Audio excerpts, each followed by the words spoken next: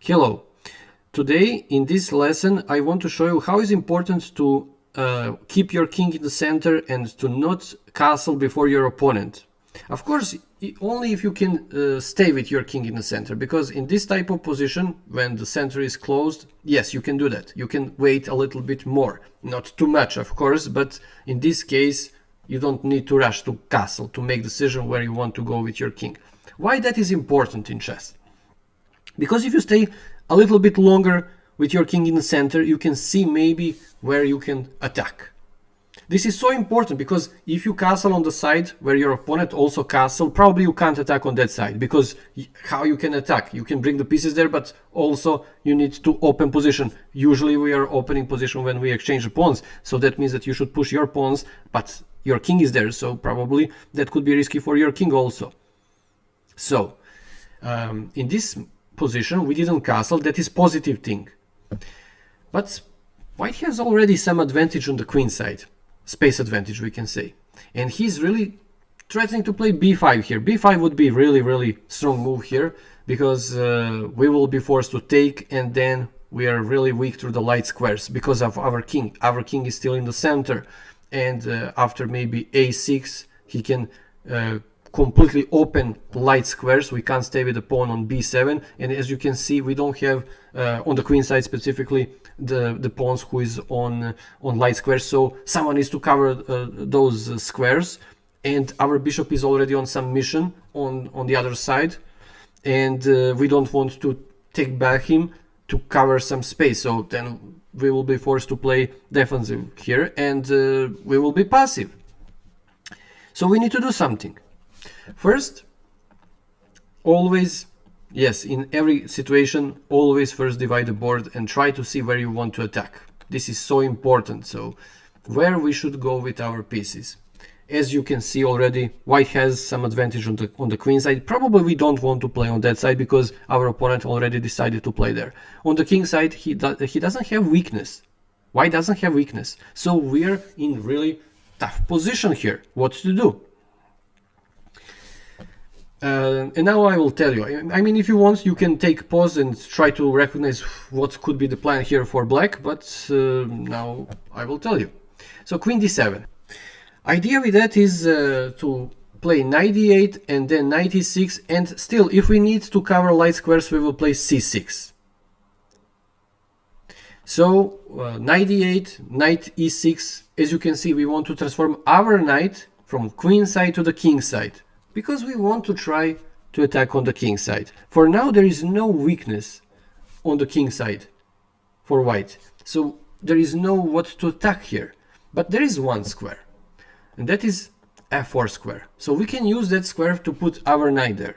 And if we are able to put the knight there, or if we achieve that, then already we have something on the king side. So we can maybe bring our rook, like if we play h5, h4, then we will see. Depends if white push the pawn, then we know. Of course, h4 will be nice because we want to exchange the pawns and then to open h5. Or depends what he will play. Maybe h3, and then we will bring back our bishop, and then h6, g5, g4, because then we are interested to open position with g pawn. I think you understand that, because everything depends of what white is doing on the king side. If he push his h-pawn, then we will push our g-pawn, because we can exchange with the g-pawn. If he push his g-pawn, then we will push our h-pawn. It's so logical.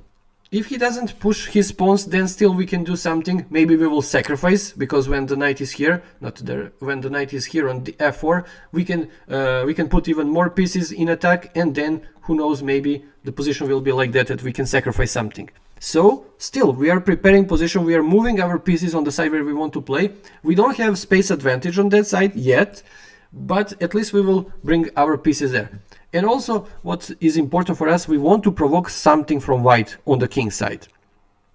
We already know that the best strategy is don't play on the side where your opponent wants to play. So for white, probably the best defensive tactic would be to not play to not touch anything on the king side, and instead of that he should try to do something in the center, maybe because our king is still there, and then we will be forced to make decision or to attack us on the queen side. Okay, so white play here queen b3.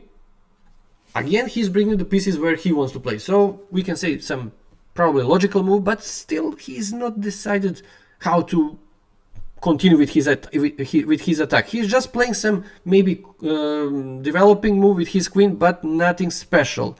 He needs to react fast because we can bring the pieces and then we will be in advantage. Then, of course, knight d8. Idea or something what we already know, knight e6, and then to jump on f4. We want to put the knight there, and once we put the knight there, it will be much easier for us to play the game because we have more pieces on the king side and more active pieces, we can say. Rook e1. I suppose that white cancelled his idea. Maybe he wanted, we can't be totally sure, to play b5, because now we can capture, and after bishop b5 we have c6. We will cover everything on the queen side, so we have practically good position on the queen side, at least for now. Of course, he can bring more pieces, especially rook b1. When we move the knight on e6, the pawn on b7 could be weak or something what he can attack. Of course, there is a chance for white to attack us, but still we can do something on the king side. And the worst scenario for white is to not doing anything. So he's preparing, but practically he's not doing anything. So he's just practically waiting, nothing else. Rook e1. Okay. Maybe now he wants to play d4, but he's scared about the pawn on e4. Because we can take, and when he takes with the knight, the pawn on e4 is hanging. It's risky for us to take that pawn because still we have a king in the center, but probably that is why he played first rook e1. But now we can play knight e6, and we are really close now to our final destination of that knight, knight f4. So that is why white play here g3.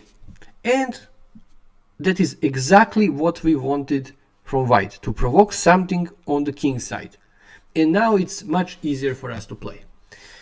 We know that if we push, I already told you that, so if we push h pawn, we will exchange our h pawn for his g pawn, and we have open h file. Luckily for us, we didn't castle, yay! But we know why. We wanted to keep the king in the center. That is so important because then we can decide better where we want to attack. We have a rook on h file, we have a rook on a file, depends where we can attack. But in this position, of course, we can attack on the king side because our opponent put the king there, and now g3.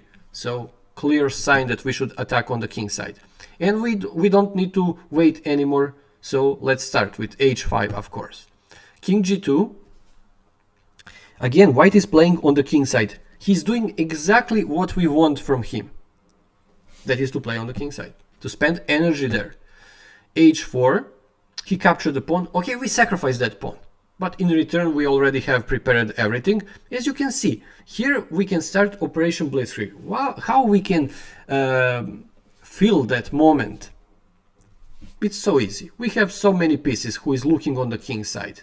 Practically everything is there. Only the rook on a8 is not participating in this game, but this is just one rook. Everything else is there.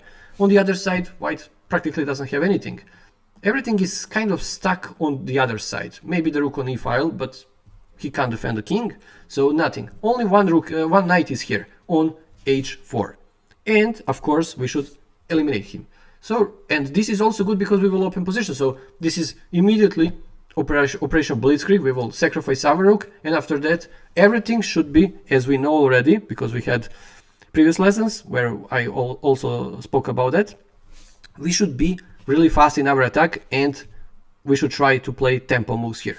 Of course, next tempo move would be so easy to predict, knight f4, so we don't need to improvise anything. Knight f4, logical move here. Knight will enter in the game with tempo because we're attacking the king. King h1. It's hard to say where is the best place for the king. King g1, then we have g file, so we just need to move the bishop from this place, and then queen g4 will be with tempo and probably checkmate because the king can't escape. The knight on f4 is so powerful, he's protecting e2 square.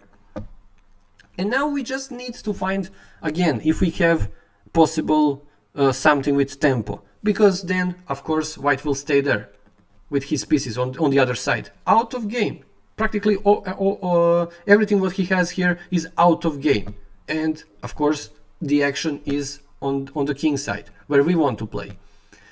So the best move here is bishop f3. Bishop f3 check. If he moves the king, of course, we have queen g4 and game over, checkmate in one move.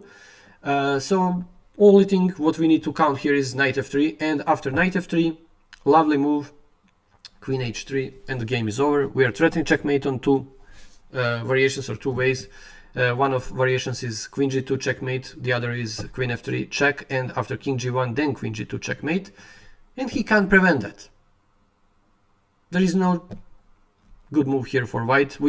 He can try something with check, but we will move the king here, and there is no checks anymore. There is no tempo moves for him, and he can resign. So rook g1, queen f3, and then queen g2 checkmate.